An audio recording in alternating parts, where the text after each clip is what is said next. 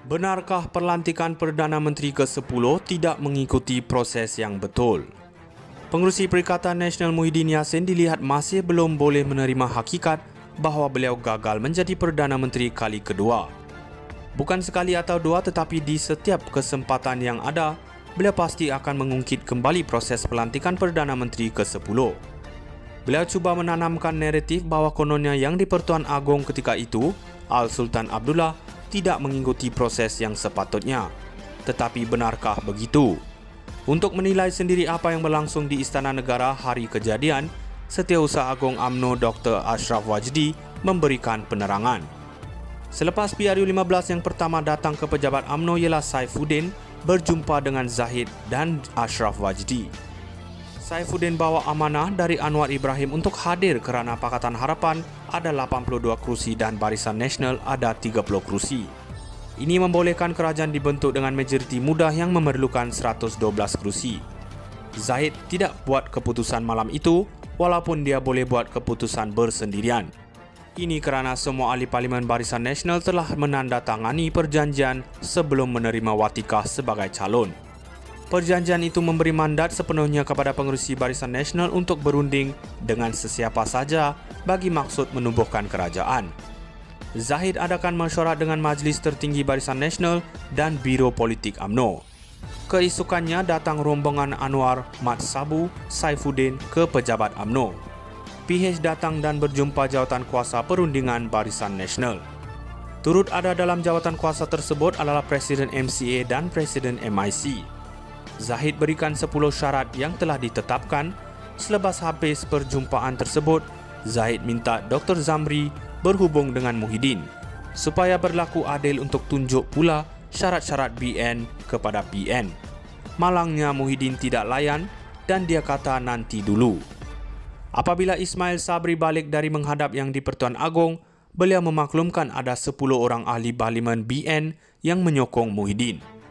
Ismail Sabri diarahkan oleh Presiden untuk ambil tanda tangan 10 orang tersebut sebagai menarik balik sokongan kepada Muhyiddin.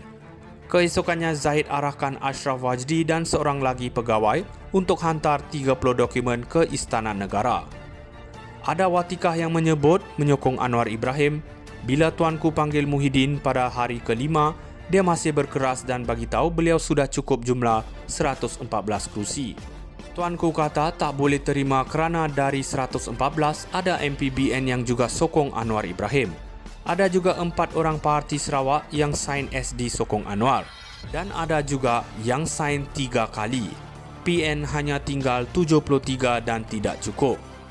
Titah Tuanku cukup-cukup berbala, negara akan hancur jika tidak boleh tubuh kerajaan. Maka Tuanku minta supaya Muhyiddin setuju atau tidak untuk tubuhkan kerajaan perpaduan. Muhyiddin berkeras dan keluar buat sidang media. Dengan angkuh beliau berkata, Tuanku minta tubuh kerajaan perpaduan, PN sudah buat keputusan tidak bersetuju. Selepas Muhyiddin keluar, Anwar masuk berjumpa Tuanku. Tuanku minta Muhyiddin tunggu dan panggil dua-dua bersekali.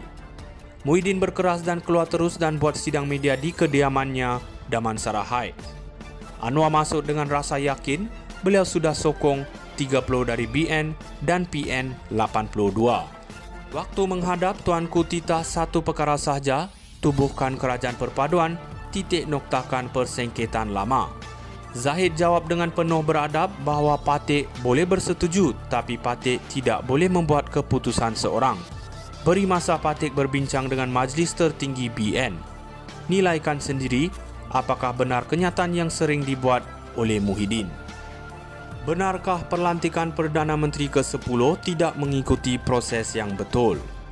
Pengerusi Perikatan Nasional Muhyiddin Yassin dilihat masih belum boleh menerima hakikat bahawa beliau gagal menjadi Perdana Menteri kali kedua. Bukan sekali atau dua, tetapi di setiap kesempatan yang ada, beliau pasti akan mengungkit kembali proses pelantikan Perdana Menteri ke-10. Beliau cuba menanamkan naratif bahawa kononnya yang di-Pertuan Agong ketika itu, Al-Sultan Abdullah, tidak mengikuti proses yang sepatutnya. Tetapi benarkah begitu? Untuk menilai sendiri apa yang berlangsung di Istana Negara hari kejadian, Setiausaha Agong UMNO Dr. Ashraf Wajdi memberikan penerangan. Selepas PRU15 yang pertama datang ke pejabat UMNO ialah Saifuddin berjumpa dengan Zahid dan Ashraf Wajdi. Saifuddin bawa amanah dari Anwar Ibrahim untuk hadir kerana Pakatan Harapan ada 82 kerusi dan Barisan Nasional ada 30 kerusi. Ini membolehkan kerajaan dibentuk dengan majoriti mudah yang memerlukan 112 kerusi. Zahid tidak buat keputusan malam itu walaupun dia boleh buat keputusan bersendirian. Ini kerana semua ahli Parlimen Barisan Nasional telah menandatangani perjanjian sebelum menerima watikah sebagai calon. Perjanjian itu memberi mandat sepenuhnya kepada pengerusi Barisan Nasional untuk berunding dengan sesiapa saja bagi maksud menubuhkan kerajaan. Zahid adakan mesyuarat dengan Majlis Tertinggi Barisan Nasional dan Biro Politik UMNO. Keesokannya datang rombongan Anwar, Mat Sabu, Saifuddin ke pejabat UMNO. PH datang dan berjumpa jawatan kuasa perundingan Barisan Nasional. Turut ada dalam jawatan kuasa tersebut adalah Presiden MCA dan Presiden MIC. Zahid berikan 10 syarat yang telah ditetapkan.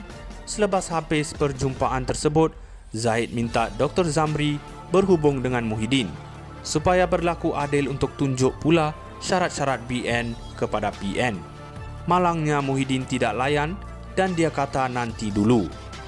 Apabila Ismail Sabri balik dari menghadap Yang di-Pertuan Agong, beliau memaklumkan ada 10 orang ahli parlimen BN yang menyokong Muhyiddin.